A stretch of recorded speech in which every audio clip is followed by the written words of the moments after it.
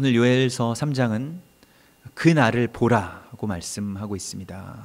이 고난과 환난의 때에 정말로 이 이스라엘 전역을 초토화시키는 그러한 군대가 올라오는 그러한 고난 속에서 또 그리고 피할 수 없는 환난과 핍박과 여러 어려움들 가운데서 주님께서 결국에 요엘서를 통해서 우리 가운데 보여주시고자 하는 것은 바로 그날에 우리에게 갚아주실 하나님의 영광과 또한 우리에게 받을 그런 보상들입니다. 그래서 보라, 그날을 보라고 계속해서 주님께서 오늘 말씀하시면서 우리에게 위로와 또한 도전과 용기를 주시기를 원하십니다. 우리가 생각할 때에 그냥 뭐 고난 또 고통 또 핍박과 어려움과 가난함, 애통함 이런 것에 대해서 많이 선포되고 있는 그러한 시즌이지만은 그러나 하나님께서 우리에게 그것만을 주시기 위해서 또 그렇게 우리를 미워하셔서 고난을 당하고 핍박을 당하게 하시는 것은 아닙니다. 하나님은 우리를 사랑하시는 그 사랑이 우리가 생각하는 것을 훨씬 넘어서는 분이십니다. 그러나 진짜 사랑이라고 하는 것은 마치 그 아이가 지금 고통스러워해도 병원에 데려가서 뭐 예방주사를 맞히거나 또 때때로는 수술을 받게 하거나 하는 그러한 그 부모의 마음처럼 그 아이에게 칼을 대야 될 때가 있는 것입니다. 그러나 그것을 말을 알아듣지 못하는 만약에 아이라고 한다면 어떻게 받아들일까요? 아버지가 나를 죽이려고 한다. 아버지가 나의 팔과 발을 잡고 옴짝달싹하지 못하게 하고 어떤 낯선 사람이 와서 나에게 나를 아프게 하고 나를 상하게 하였다. 그 정도로밖에는 이해하지 못하는 것입니다. 고난에 대해서, 고통에 대해서 그 수준 안에서, 그 아이의 수준 안에서 생각할 수 있는 그 세계 안에서만 이해할 수 있는 것이죠. 그렇기 때문에 이 심판의 날과 고난의 날이라고 하는 것을 우리가 받아들일 때 우리는 항상 내 수준 안에서만 그걸 받아들이고 또 그 안에 있는 하나님의 참뜻이 무엇인지를 우리가 알지 못한다는 것입니다. 바울이 로마 교회에 쓴 편지에서 그 하나님께서 우리를 정말 진정으로 사랑하시고 우리 가운데 그 모든 하나님의 역사들을 이루시는 그 일들이 꼭 우리가 생각하는 바대로만 일어나지는 않는다는 것입니다. 때때로 환난이 일어나기도 하고 기근이 일어나기도 하고 핍박이 일어나기도 하는데 로마의 교회에도 분명히 그러한 일들이 닥칠 것인데 지금 그 시기 가운데로 아주 가파르게 가고 있는데 로마의 성도들이 잊지 말아야 할 것이 한 가지 있다. 그것은 무엇이냐면 로마서 8장 36절에 기록된 바 우리가 종일 주를 위하여 죽임을 당하게 되며 도살할 양같이 여김을 받았나이다 함과 같으니라.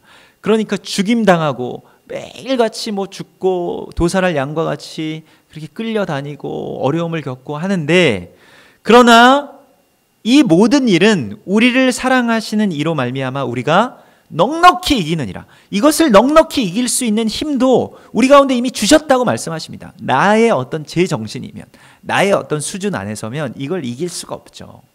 내 인격 안에서는 넘어설 수 없는 고난들이 너무나도 많이 있습니다.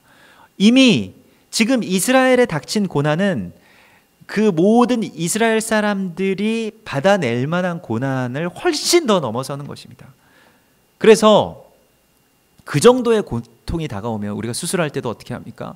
전신 마취를 해서 사람을 일단 한번 죽이잖아요. 잠시 동안이지만 사람이 죽어야 그 일들을 해낼 수 있는 것처럼 우리가 십자가에 죽어야 됩니다. 예수 그리스도와 함께 소멸돼야 됩니다. 이러한 것은 무엇을 의미하는 것이냐면 이제 내가 잠시 동안 예수 그리스도와 함께 정말 그 마취 상태 가운데로 들어가지 않으면 이 때를 넘길 수가 없다는 것입니다. 그냥 그 고통과 고난 가운데 넘어지고 배교하고 하나님을 버리고 예수 믿는 것이 나에게는 그렇게 결코 유익하지 않았어. 또 때로는 이러한 사역을 하는 것이, 이러한 연합을 하는 것이, 이러한 선교를 하는 것이 이렇게 세상을 위해서, 하나님의 나라를 위해서 일하는 것은 나에게 너무 위험한 일이야 하고 그냥 닫아버리고 만다는 것입니다. 그러나 오늘 요엘서 말씀 가운데서 이 모든 일들에는 반드시 너희가 당한 대로 하나님께서는 그에 맞는 보상을 해줄 것이라고 주님께서 말씀하십니다.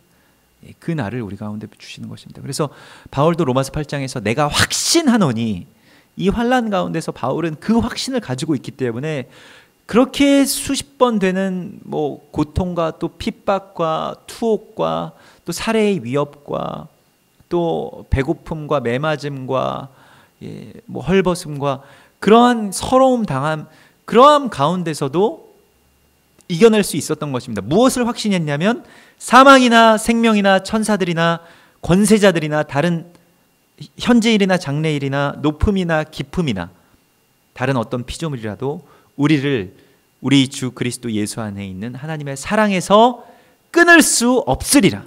우리가 붙들어야 되는 것은 무엇이냐면 그 사랑입니다. 주님께서 나를 사랑하시지 하는 그 믿음 안에만 우리가 거해야 되는 것입니다. 십자가에 예수 그리스도와 함께 못 박힌다고 하는 것은 나를 위해서 자기 아들을 내어주신 하나님의 그 사랑을 믿는 믿음 안에 거하는 것입니다. 이런 일들이 닥쳤을 때 원망하지 않고 저주하지 않고 불평하지 않고, 그리고 어떠한 생각과 참소들이 밀려올 때에 그리스도 예수와 함께 또 그 안에서 죽는 것입니다. 오늘 이스라엘 백성들, 심판을 당하는 이스라엘 백성들에게 닥친 것은 결국에는 자존감의 회파입니다. 우리가 정말 저주를 받았구나. 이 이스라엘이 멸망하게 되고 이스라엘이 군대에 둘러싸이게 되고 실제로 많은 사람들이 죽어나가게 되고 어린아이들과 정말 가정이 파괴되고 그 아주 잔혹한 칼을 든 이방의 군대에 의하여서 그렇게 쫓겨가고, 또 최근까지 이렇게 이스라엘 사람들의 막 그 수많은 숫자가 거의 천만이 되는 숫자가 나치에 의하여서 투옥당하거나 또 600만이나 되는 숫자가 죽임을 당하게 되는 그런 엄청난 일들이 일어나는데, 그때에 지금도 그 이스라엘이 완전히 양극화되어 있는데요. 예루살렘 그 중심으로 한 곳은 굉장한 어떤 종교적인, 그러니까 근본주의자들이 그곳에 있고, 또 텔아비브에서는 하나님을 전혀 믿지 않아요.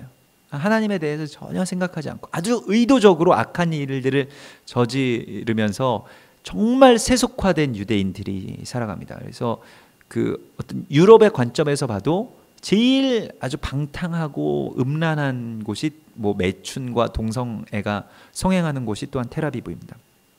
왜 그렇게 되었을까요? 하나님의 사랑을 잃었기 때문입니다. 하나님이 우리를 사랑하시지 않는구나.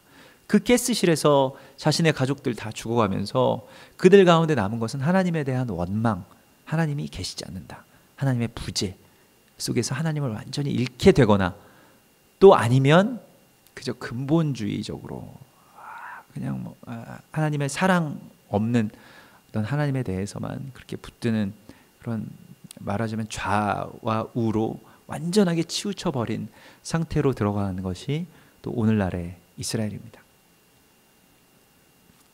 오늘 주님께서는 우리가 모든 환난과 고통을 이길 수 있는 유일한 힘은 우리를 사랑하시는 하나님의 사랑 외에는 없다라고 말씀하십니다. 그래서 내가 이제 그날에 만국이 사로잡힌 자들을 다 돌아오게 할 바로 그때의 판결의 골짜기, 곧 이 여호사밧 골짜기라고 하는 것은 여호와께서 심판하신다라고 하는 뜻을 가지고 있거든요. 그 여호와의 심판의 골짜기에서 너희들에게 진기한 것들을 보게 하고 또 너희 땅에 회복을 명하게 할 것인데, 모든 산들이 젖을 내고 또한 유다가 시내가 물을 흘리게 될 것이다. 여호와의 성전에서 샘이 흘러나오게 될 것이다. 다시 회복될 그 나라와 그 나라의 의로움, 그리고 은혜의 물줄기가 이스라엘에서부터 흘러넘치게 될 것이라고 주님께서 약속하십니다. 그러므로 우리 데살로니가 전서에서 나온 것처럼 이 부활과 심판의 때를 우리가 서로 이야기하면서 너희는 이러한 말로 서로 위로하라고 말씀하셨습니다. 요엘서 3장은 약속의 말씀이자 위로의 말씀입니다. 십자가는 반드시 부활의 영광의 보상이 있어요. 그러나 우리가 막 어설픈 이 땅의 영광을 위하여서 또 이 땅의 평안을 위하여서 십자가와 그 부활의 아주 완전한 평안과 완전한 영광을 버려왔다는 것입니다. 왜냐하면 십자가를 넘어서지 못하기 때문이에요. 그것이 나에게 너무 저주스럽게 느껴지고 너무 힘들고 너무 고통스럽기 때문에 그 일들을 우리가 제대로 감당해 오지 못한 연약함들을 가지고 있습니다. 그러나 십자가를 질 수 있었던 것은 예수님이 하나님의 아들이어서가 아닙니다. 예수님이 그렇게 아주 강인한 어떤 인격과 또 용기와 믿음을 가지고 계셔서도 아닙니다. 그래서 겟세마네에서 끝까지 하나님께 기도하셨기 때문에 하나님께서 그 힘을 주신 것입니다. 우리나라의 대표적인 순교자이신 주기철 목사님이나 손양원 목사님 같은 경우에도 그 내면이 정말 강직한 순교자의 모습으로 성도들이 기억하지 않습니다. 정말 여리고 그렇게 핍박받고 고문당하고 이런 것을 이겨낼 만한 어떤 그러한 성격들이나 또 그러한 분들이 아니었다는 것이에요. 오히려 조금 더 여성스럽고 또 유약하고 또 그러한 분들이셨는데 오히려 그 사모님들이 더 강한 분들이셨죠. 그래서 한 번은 이제 막 고문을 하고 주기철 목사님을 풀어주셨는데 그 사모님이 정말 만신창이가 되어서 돌아온 주기철 목사님에게 당신이 만약에 여기서 신사참배에 대하여서 찬성하고 또 이 고문을 이겨내지 못하고 순교하지 못하면 당신은 내 남편이 아닙니다. 이렇게 말했다는 거예요. 그래서 집안에 들어와서 그 평안함을, 왜냐하면 이 일본 정부에서 하는 그러한 일들이 고문을 시켰다가 가족들에게 돌아가서 그 가족들을 보게 하는 거예요. 때때로는 그 가족들을 형무소에 데리고 오기도 하고 또 가족들을 데리고 오기도 하지만 또 가족들에게 가게 하고, 그래서 그 가족의 따뜻한 품 또 집에서 먹는 밥과 그것을 이제 막 비교시키는 것이죠. 그래서 그 아내와 또 첫째 아들이 보는 앞에서 막 그 목사님을 정말 만신창이가 되도록 두드려 패고, 그래서 그 아들이 실어증에 걸리고 그러한 과정 가운데서도 하나님께서 그 주기철 목사님에게 그러한 믿음을 주신 것입니다. 끝까지 그래도 평양 땅에 한 사람 남은 자로, 그래도 모든 사람들이 다 신사참배를 결의하고 모든 목회자가 다 넘어갈 때에도 평양 땅과 또 가장 또 남쪽의 여수 땅에 주기철 목사님과 손양원 목사님 그 두 분을 남겨주신 것입니다. 물론 그분들의 어떠한 믿음과 인품도 거기에 있었겠지만은, 그러나 그것을 이길 수 있는 힘은 성령께서 주시는 것입니다. 사람이 이길 수 있는 그 핍박이라면, 그런 어떤 작은 일들이라면 그것은 십자가가 아닙니다. 그러나 십자가는 그것을 훨씬 더 넘어서는 고통이지만은, 그러나 그것을 훨씬 더 넘어서는 것보다 더 위대한 하나님의 영광과 또 하나님의 나라, 그것을 바라보게 해주시는 성령님이 우리와 함께 계십니다. 그러므로 모든 사도와 순교자들이 그렇게 정말 죽음 앞에서 의연하고 또 그 십자가 앞에서 정말 자신을 향해서 핍박하는 자들을 향해서 천사와 같은 얼굴로 가장 평안한 모습으로 순교하셨던 것과 같이, 그렇게 오늘 이 땅에 남은 자들에게 또 우리에게 그와 같은 성령의 역사하심을 부어주시겠다고 약속하십니다. 이것은 이미 예수 그리스도께서 세상을 이기셨다라고 말씀하시고 너희는 두려워하지 말라고 말씀하십니다. 그래서 환난과 핍박은 이 마지막 때를 살아가는 교회에게 당연히 일어나는 일입니다. 그것이 일어나지 않으면 우리는 무언가 잘못 가는 것입니다. 어려움들, 핍박들, 그러한 모든 것들 가운데서 이제 하나님께서 그 날에 너희에게 다 갚아주시고 그들의 피 흘림 당한 것을 이제는 갚아줄 것이다. 그 날에 내가 갚아주리니 여호와께서 너희와 함께 계시심이라고 주님께서 말씀하십니다. 그러므로 우리는 그 날을 바라보며 나아가는 것입니다. 그냥 이 고난에서 끝나는 것이라면 고난을 당연히 피해야 되겠죠. 그러나 고난을 통해서 하나님의 거룩한 나라의 영광으로 들어가야 하는 것이라면 기꺼이 주께서 우리 가운데 대신 그 십자가를 나도 지고 따라가리이다. 이렇게 고백하며 한 걸음 한 걸음 나아가는 주님의 백성들이 되어야 할 것입니다. 우리는 이러한 말로 서로 위로하고 끝까지 주님의 길을 또 주님에게 대한 순종을 놓지 않는 주님의 사람들이 되기를 갈망합니다. 같이 기도하겠습니다.